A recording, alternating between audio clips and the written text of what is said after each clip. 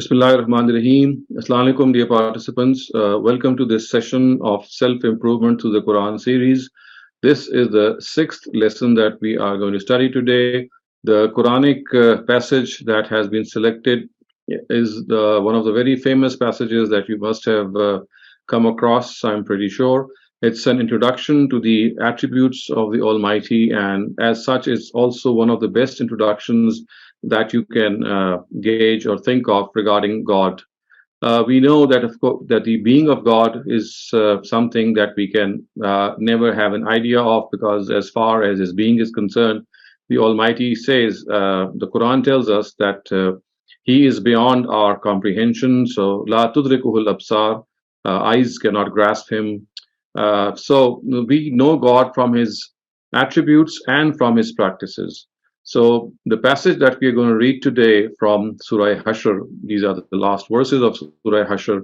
They are a very, very beautiful introduction to the person of God vis-a-vis the attributes that he has.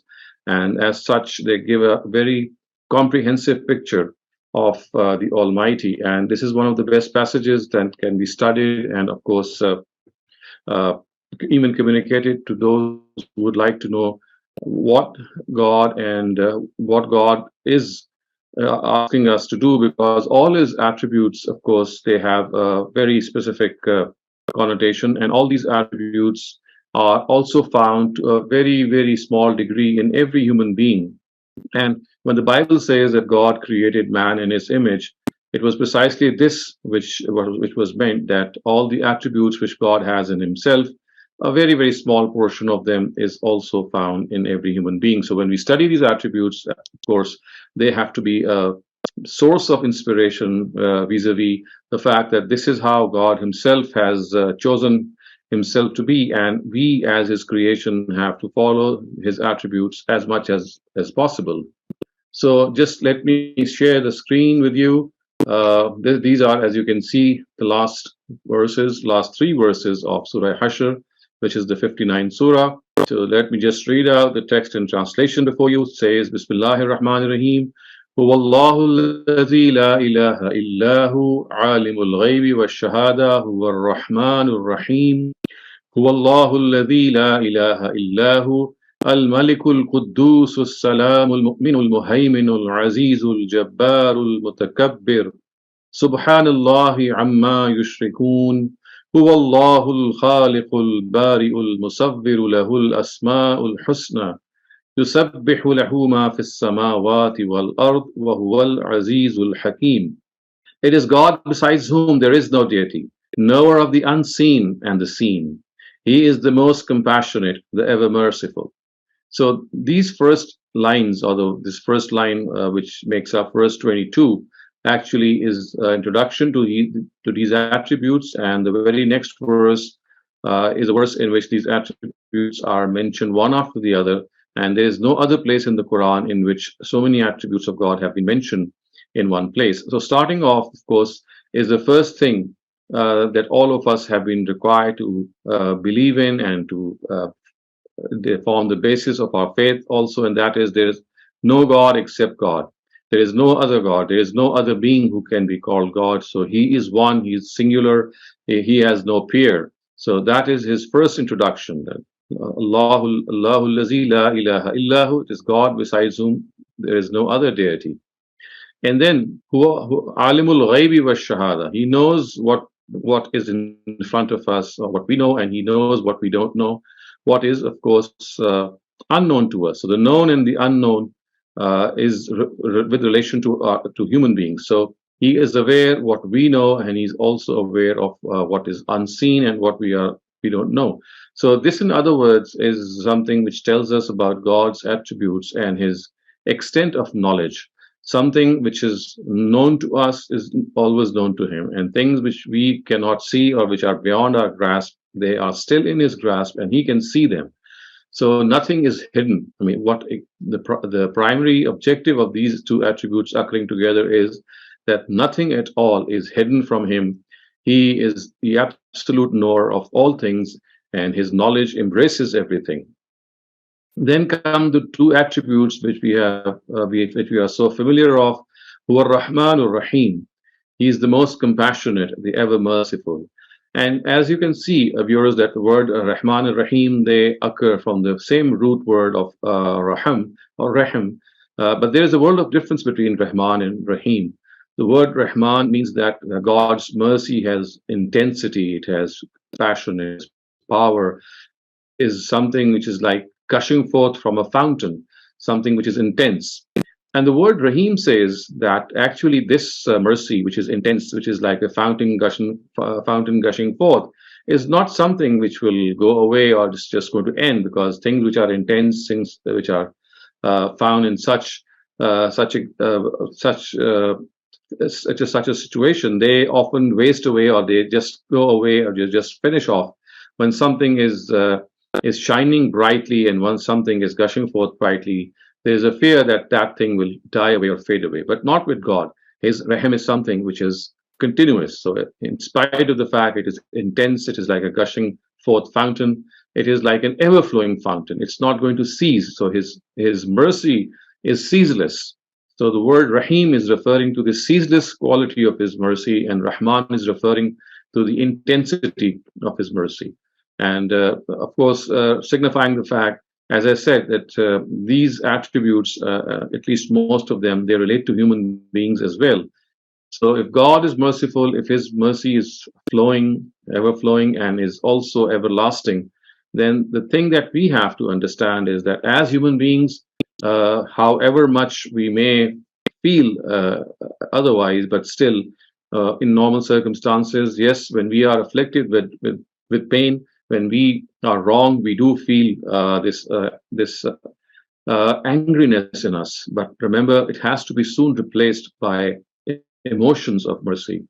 And it is here that the Almighty wants us to be forgiving and compassionate as well. So remember, the passage that we are studying here is not only an introduction to God's attributes, but most of these attributes which are found in human beings as well. They are meant to motivate and inspire us that the God who is compassionate and the God who is ever merciful wants us to be the same as well, as far as we can. The next verse then repeats the previous first part of the first verse, and it says, "Wallahu allazi la ilaha illahu." He is the very God besides whom there is no deity. And then come that string of attributes, which you can see they occur consecutively in sequence, and there is no other place in the Quran which matches this sequence. So it starts off with Al-Malik. So Al-Malik is the sovereign Lord. He is the king. He is someone who is to whom everything returns to. He is in charge of the dominion that he has created. There's no one else who we can turn to in this regard. The next thing which is mentioned, or the next attribute, is Al-Quddus, that he is the holy. He is beyond anything which we can associate regarding any negative attributes. So Quddus is actually something which ascribes all positive things in him. And he is holy, which would mean, of course, that there is nothing that you can think which might come to your mind in the negative sense regarding the Almighty. So therefore, if the Almighty is Quddus, if he is holy, he is someone who would never ill wish about his creation. He would never be someone who is going to create problems for his people. Of course, the trials and tests that we are made to pass through, they have a different significance. But remember, basically, God is holy. He is someone who is absolutely pure. And then it says, As-Salam. He is the embodiment of peace. And Al-Mu'min, of course, is an attribute of a believer as well. So it comes without this article of definition, which is the Alif Lam. So Mu'min and Al-Mu'min. So whereas believers are Mu'min, but God is Al-Mu'min, which means embodiment of peace, and which, of course, refers to the fact that the Almighty is someone who would never feel or never ever think of other than anything but peace for his creation. He is peace in entirety. He would like his creation to think of him as a person as a deity who provides this peace to him. So this embodiment of peace means that he provides that peace of mind to human beings as well. And at the same time, he is someone about whom you cannot wish, you cannot even think of any negative attribute in this way. And then it says that he is the Al-Muhaymin, which means And he's someone who is the guardian. I'm sorry, I've missed one attribute, and that is a salam. So a salam is basically the translation of embodiment of peace. So whatever I have just said about al-Mu'min is actually about a salam, and this is a word which we all are very well aware of. So the word salam. It comes to us quite naturally, and this is the prayer also that we often give when we greet someone, when we say assalamu alaikum. So this is precisely this word, what it tells us, that he is a salam, he is someone who gives peace, who provides peace, and therefore when we Muslims meet other people, regardless of their religion, we wish peace to them as well. So al-Mu'min actually means the giver of tranquility. So I'm just going to correct myself here. So the word al-Mu'min is the giver of tranquility, which means once again that he is the provider of tranquility. So the word aman is something that we are also aware of in the Urdu language, which again is something which is close to tranquility, yes, that the Almighty is the giver of tranquility, which means that he provides that tranquility to every human being if he seeks refuge in the Almighty. So it's a question of connecting ourselves to the Almighty. If we are able to connect ourselves to the Almighty, then he is going to provide that tranquility. And then he is Al-Muhaymin. And Al-Muhaymin is the guardian, which means that he guards us, he protects us from evil. So when we seek refuge with him, so there are so many verses in the Quran, there are so many prayers ascribed to Prophet Muhammad, that if we seek refuge with him, then this is the best refuge that we can get. So he is our guardian, he takes care of us, he protects us. Of course, when that protection is lost on account of some other trial that he wants us to put in, then that is an entirely different thing. Otherwise, he is the person who guards us, who takes care of us, and he is always someone who is there for us. Next comes Al-Aziz, which means that he is the mighty, he is the powerful, he is someone who cannot, no one can dominate him. He is going to dominate others, and his power is something that we must acknowledge. If he created mankind through his power the first time, it would not be difficult at all for him to create or recreate them. Such is the nature of his power, and he is the dominant as well. So he is the extremely powerful and the mighty. I mean, these are words which are very close to each other. So the word Al-Aziz would be a person who has the power and the might to dominate others. And Al-Jabbar also is very similar to Al-Aziz.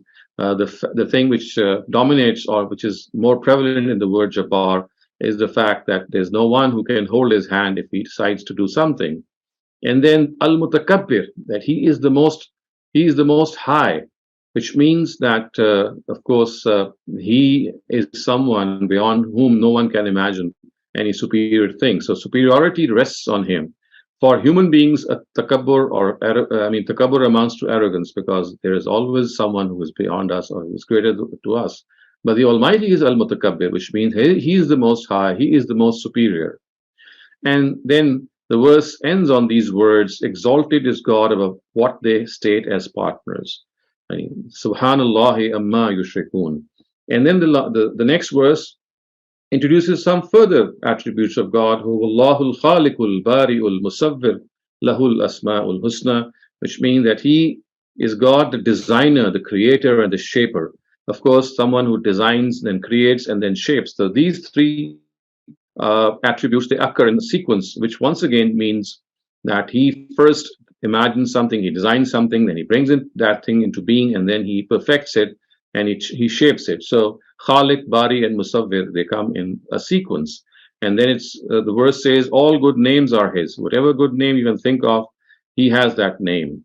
All that is in the heavens and the earth glorify him. Yusabbihu lahu ma fis samawati wal ard. Yes, this glorification, of course, is something which comes to them naturally, that the Almighty is someone who is glorified on the basis of his exaltedness, on the basis of his power, and his of course, the fact that he is dominant on all. And finally, this verse ends on two more attributes, and that is Wahuwal Azizul Hakim.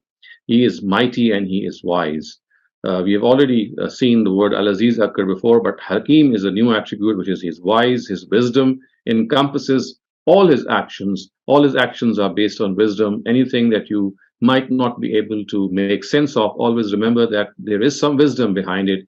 We may not be able to see it, but God's wisdom is something which encompasses all his acts.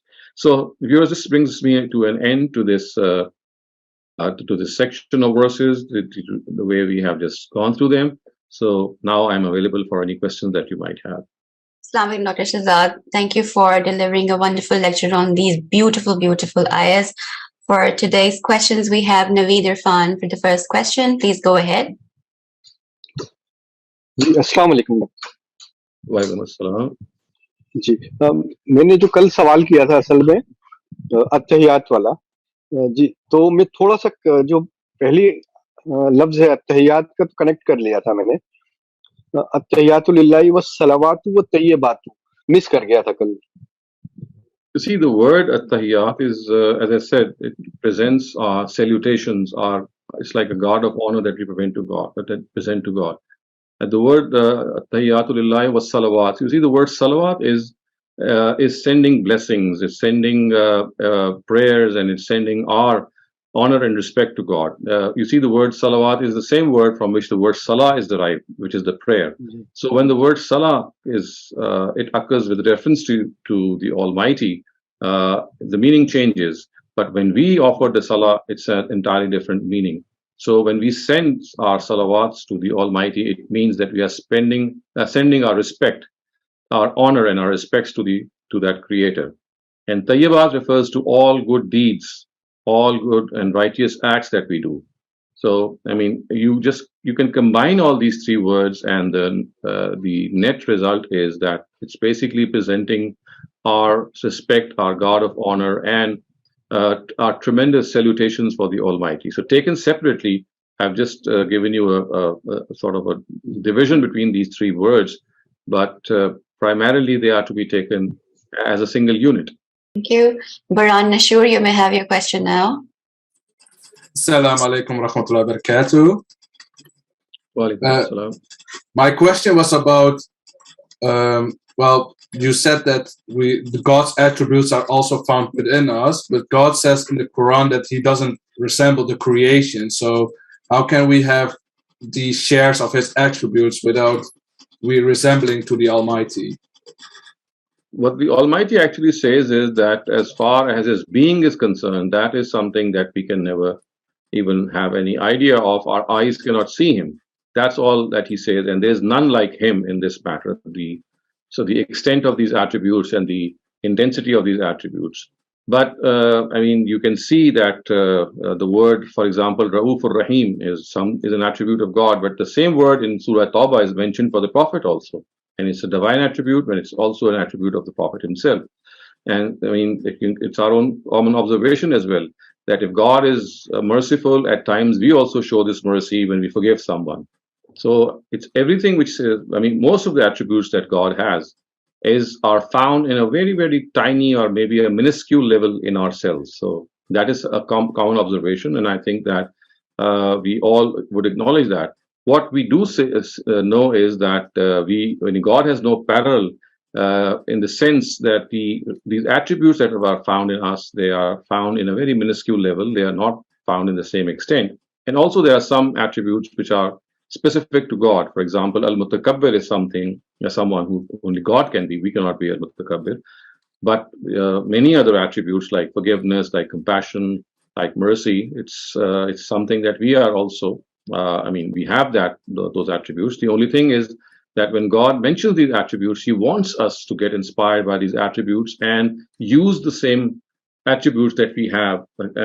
Use them more and more so that we are reminded of the fact that the Almighty, whom we are in connection with, in communion with, is someone who is very familiar to us. I mean, whatever he does at a very, very vast scale, but at a very small scale, since we find those things in our own selves. So that familiarity, that brings that closeness between ourselves and God. Thank you. Rabia Jamil, you may have your question now. Assalamu alaikum. Walaikum assalam. Is it necessary for the girls to pretend that they are fasting in front of their brothers and father during periods? Because usually we see this is a common practice that girls have to pretend that they are fasting, and they have to wake up in the Sahri as well. So please tell that, is it obligatory or I mean, not? this is just a cultural practice, and in our country, in most Eastern cultures, this is like something which women generally hide from their family if they're passing through their cycles. So generally, because it's a very private thing, so in order to just hide that they are passing through these cycles in our Eastern cultures, this is something which is avoided. Otherwise, there's no problem. There's absolutely no harm I mean, if you're not if you're passing through those cycles and you eat in front of your brothers or your father or your anyone else, and they should know. I mean, out of respect to you, that yes, if they are eating and they are not fasting, then of course this is a situation or a state in which God Himself has exempted them. So I think it's more to do with culture, and cultural practices are something which are at times they overwhelm us too much. And again, as I said, it's mostly found in our Eastern cultures, and so therefore there's nothing religious in this regard, no religious binding in this regard. This is a situation in which God Himself has exempted women, and therefore, if they are exempted, I mean, if they express this exemption, and they don't let it remain hidden, it's absolutely fine. But some people say that we should respect this month, and we should hide, and respectfully we should not like eat in front of anyone, like in I this think sense. this is a subjective thing. To pay regards to someone who is fasting, it's like a personal thing. But at times it is not possible. You see, when you are living in a home and people know that you are in a situation where you are not fasting, so it's not always possible. Yes, out of respect, you might do so. But going to the extent that you wake up for Sehri and you pose as if you are still a person who is fasting, I think that's going to a greater length. I mean, we have to be in a normal situation. If there is a situation in which God has exempted us, then that exemption, if it is expressed in front of our close relatives, is nothing wrong with that. And showing respect to them to a certain degree or to a certain extent, that is fine. And as I said, that's not something which is an obligation. Things which belong to etiquette and manners, they always arise from one's heart. And so, therefore, if a person feels like not eating in front of a person who is fasting, it's like a personal choice and a personal respect that you pay for to the other people. But these things should not be labeled under what is allowed and what is not allowed. I mean, they don't belong to the category of right and wrong. They belong more to the category of human etiquette and behavior. Okay, so if I tell my brother that this is the reason that I'm not fasting, so is it okay? Why you not need to tell your brother? I mean, when he sees that you are eating, and it's like a private thing. He should, out of his common sense, know that if you're not eating, either you are not well, or you're passing through the menstrual cycle. So you don't need to tell anyone unless someone asks. Well, it's nothing. It's not your duty or obligation to tell other people and start telling them that, well, I'm not fasting because of such and such a reason. It They ask. If they ask, okay, you can tell them. Thank you, Dr. Shehzad. Tariq Javed, you may have your question now. Assalamu alaikum. Walaikum assalam. Dr. Sahab, in these three verses, Allah Ta'ala has described like I think almost 15 attributes, and it's generally understood that there are 99 attributes of Allah Ta'ala Subhanahu. And I don't know all these are from Quran or these are from different sources. Well, there is a hadith which tells us that there are 99 attributes of God. And if you start counting them, you'd not be able to reach the figure 99. I've done that a number of times myself. And I do think that this narrative, there is some problem with this narrative. Either I think it has not been reported properly or the narrators have left out something because, number one, we don't have 99 attributes mentioned at all in the Quran. They are hardly, they would not even reach maybe half of that number. And then in order to, make that number, what people have done is that they have started to manufacture God's names through verbs that we can see, which are mentioned. So I think the names of God, they are all, I mean, they are mentioned, some of them are mentioned in Hadith and some of them are mentioned in the Quran, but they don't total up to 99.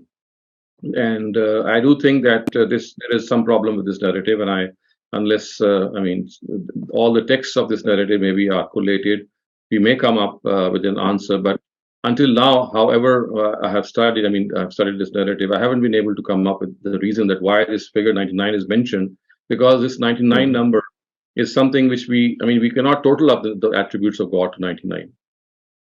Okay, and there is another point that from another teacher of the same institute, what he describes is that all the attributes of Allah Subhanahu wa Taala can be regrouped into 5 main groups. Like one is mercy, one is wisdom, one is justice, one is omnipotence, and one is omniscience. So his all of his group heads are always active, except for the justice. Justice Allah Ta'ala holds till the day of Qiyamah. Is it a good approach? I don't. I would not. I don't find myself in agreement with this approach. I'm afraid, because when God has, I mean, narrated His own attributes in the Book of God, such grouping has not been made at all. And I mean, all of them are mentioned either as pairs. I mean, you can see Azizun Hakim, Ghaniyun Hamid, or for example, in this particular verse, you'll find 5 or 6 or 7 of them.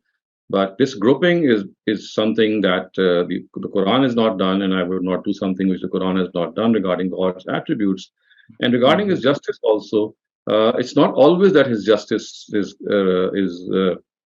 deferred to the Day of Judgment. Look at the nations who had denied their prophets, their messengers. So their fate was decided in this world. So all the nations of God to whom messengers were sent, justice was meted out to them in this world, and they were punished for their denial, and either they were wiped off like through earthquakes and cyclones and tempests, or they were destroyed by other means. So that also is not a precise statement, because in the times of God's messengers, God metes out His justice in this world. And also in the post-prophetic era, there are instances when this justice can be witnessed. I mean, it's not always there in the post-prophetic era, but in so many occasions we see that a person has become a nuisance for the society, and then suddenly we find God's retribution descending on that person, and he becomes a non-entity. So I think that too is not very accurate. Maybe there are some more details that might that are needed to discuss these things, but on the face of it, I would not fully agree, I'm afraid. Ubaid, you can have your question now. Sir मेरा सवाल रफुल युदैन के बारे में है कि हमारे यहाँ बहुत सी बातें होती है। कोई कहते हैं कि हाथ कंधों तक उठाने चाहिए, कोई कहते हैं कि कानों तक उठाने चाहिए। तो सही तरीका क्या है रफुल युदैन? आप अभी करके बता सकते हैं? So there is no prescribed way of Raful Yadain. It's like raising your hands, and it has been left to your discretion. You can raise them as high as this. You can raise them like this. I mean, it's the sense which is conveyed through these words is that you are raising your hands because you're pronouncing takbir, and takbir is something when you say you are exalting God, you are glorifying Him, and that is a sign of of raising our hands. So there is no hard and fast posture for raising our hands. We just need to raise hands. So someone will go as far as this, someone will just remain like this, and all of them are correct. और एक से ज्यादा रफू युदैन के बारे में बहुत सी हदीसें आती है। तो जैसे एक रफू युदैन होता है शुरू में, उसके बारे में इतनी हदीस क्यों नहीं है? Because that is something which has been transmitted to tawatur. I mean, when you start your prayer, especially when you are reading behind an imam, this is something which does not even require a hadith, because this is a practice that has been transmitted by our visual observation, and people see their imam doing that, and this is something which started off with the Prophet himself, and it has continued ever since. So it's like practical perpetuation or practical tawatur, and it doesn't need a hadith for its explanation. इसका कोई written proof है कहीं पे? This is not required actually. I mean, when you say that Surah Fatiha has to be read aloud in prayers like Fajr and Maghrib, So this is something which has been transmitted through the tawatur of the ummah. And tawatur does not require any written proof. Tawatur itself is a proof. Thank you, Javed. Now, Shaba Wasim, you can have your question now. Assalamu alaikum. My question is, do you have to make up for fast missed during periods? If yes, why do we have to make up for fast when namaz is not required like that? I think this is an exemption which is given by the Prophet, because if he had asked us to make up for the prayers missed, that would have become cumbersome and more difficult. So that exemption was given. But for the fasts, because they are generally, discrete in number, and also they're not fasting all the year round. Prayer is something that you offer all the year round. So therefore, if you miss a couple of prayers, you're always praying. In other parts of the year, every day. But in the case of the fast, this is something which the Almighty deemed it appropriate that it should be made up, because we don't fast in other parts of the year as an obligation, whereas we pray as an obligation in the parts of the year. Mm-hmm. Even if we give the fidya, we have to be fast at that missing day. See, fidya can only be given if you cannot make up for the fast. For example, you are terminally ill. You are a chronic patient of let's say kidney disease, in which water has to be water intake is an essential part. So fidya is only to be given either when you are terminally ill or you are terminally old, so that you would never be in a position to make up for the fast. So it's like one step down. Making up for the fast is the first thing that you have to do for all missed fasts. Fidya can only be used as an option for people who can never make up their missed fasts. Like, for example, as I said, that they are always in need of medicines or water or diet, or people who are extremely old, for example, or extremely sick. So it is for such people that who cannot make up for their fasts in later parts of the year, that fidya has been prescribed. It's not that anyone can give fidya. Thank you. Numan Khan, you may have your question now. Sir मेरा सवाल ये है कि sir अल्लाह हमारा दोस्त हो सकता है, मतलब इसको अल्लाह के साथ हम अपने प्रॉब्लम शेयर करें या? Absolutely. Why not? Because the Quran tells us that the words used by the Quran are Allahu waliyul lazina amanu. God is the friends of believers. Is the friend of the believers. So because he's our friend, we can share our problems with him. We can talk to him. We can converse with him. And I do feel that when we do so, we also receive assurance from him. So yes, he can be our friend, and he is the friend of believers, as the Quran says. Sir इधर मैंने अपने जुमात के इमाम से पूछा था, तो उसने कहा था कि ये रवैया ठीक नहीं है, मतलब दोस्त वो तो गॉड है ना बस. So tell him that what does this verse mean? This verse, which is in several places in the Quran, Allahu waliyul lazina amanu. God is the friend of believers. So friends. A friend, of course, is someone who is your confidant, who listens to you, who you can talk to with. So I do think that this is something that can be done. Sir ये words कौन से पारे में? This is, this occurs right after the Ayatul Kursi verse in Surah Baqarah. Allahu waliyul lazina amanu liyukhrijahum minaz zulumati ila nur. Thank you, Numan. Samra Harun, you may have your question now, and this, I believe, will be the last question for today. Ji, Assalamu alaikum, sir. Sir, right now you were answering a question regarding Allah Ta'ala being a close friend to us. Yeah, we do believe that from reading the Quran, but a question arose in my mind listening to this. Is it okay if we, like, while praying to him or, talking to him in our mind, if we sometimes call upon him as not out of disrespect, but for being very close, like Ya Allah, tu hi mera dost hai, tu hi mera madadgar hai. Is it okay we call upon him like that, or we have to it's perfectly okay. When you're calling to God in a very friendly way, this is something that we can absolutely do. There's nothing wrong with it. There's no disrespect in this. In fact, this is an expression of one's closeness to the Almighty. We're we don't necessarily always have to say aap ये मेरी मदद करें. Yes, that's it. You can use whatever pronoun you like, because at times such pronouns they express this proximity and closeness. Yes. Yeah. Thank you so much. Jazakallah khair, sir. We just have one more raised hand. Ruhi Rasul, you may have your question. Sir, is it wrong to visualize God as a very strong human being? Because at a number of places in Quran there is mentioned that God has created Adam with his own hands. A number of body parts, human body parts, are attributed to him, and he will show his lower leg on the day of judgment, and many. Well, so how can particular, wrong? Yes, I understand your question. That particular idiom does not actually mean that he's going to show his shank. Yawma yukshafu an saqim, that's Arabic idiom to express the horror of the day of judgment. Well, other than that, the answer to your question is that I would not recommend imagining God to be. In your prayer, you imagine him to be a strong person, and you visualize him to be so.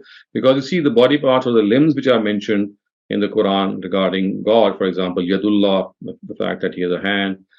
These are all meant to, they're all metaphorical, and also they are of the category of mutashabihat. Of course, God doesn't have a hand that we think a hand would have. So it's like expressing certain metaphorical realities. So I would, on the other hand, recommend you to concentrate more on the words that you are uttering in the prayer. So you're uttering certain sentences. When you're praying, you're all the time uttering certain words and certain.